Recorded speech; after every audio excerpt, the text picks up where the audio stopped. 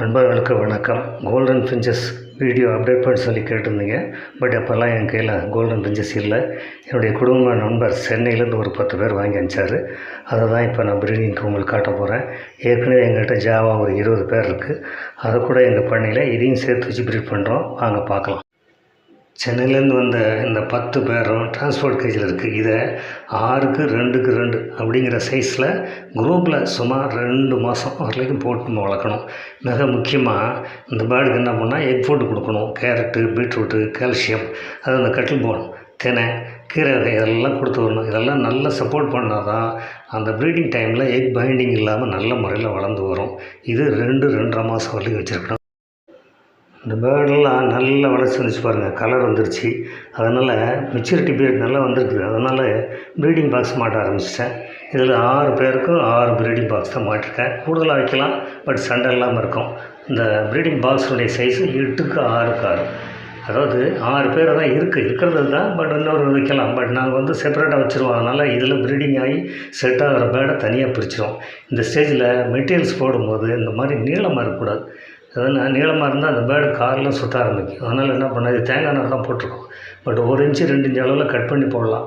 அதனால் நல்லாயிருக்கும். மரத்தோடு கூட வச்சுக்கலாம். அந்த மரத்தோடு போட்டாலும் அந்த நெஸ்டிங் மெட்டீரியலில் பாக்ஸில் கொஞ்சம் நம்ம போட்டு வைக்கணும். கேஜில் கொஞ்சம் போட்டோன்னா எடுத்து கொண்டு கூடு கட்ட ஆரம்பிச்சிடும். அது மேல் ரொம்ப விக்ரஸாக கட்டுறது மேல் அதிகமாக கட்டும்.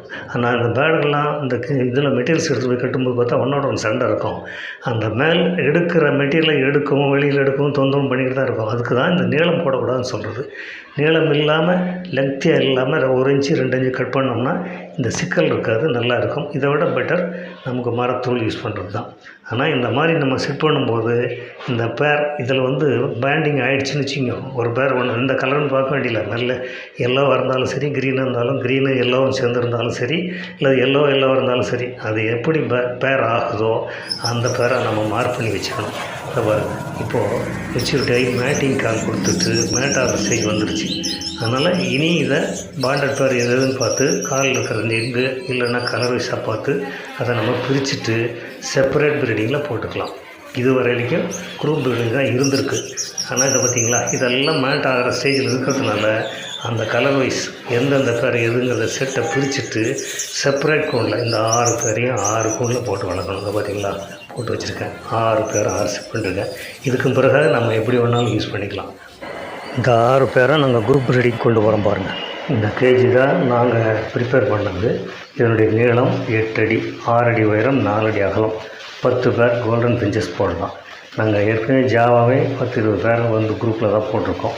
செப்பரேட் ப்ரீடிங்க்கு இதுக்கு என்னென்னா, செப்பரேட் ப்ரீடிங்கில் நீங்கள் கரெக்டாக பர்சன்டேஜ் அளவுக்கு நல்லா எடுக்கலாம். 100% சிக்கு எடுக்கலாம்.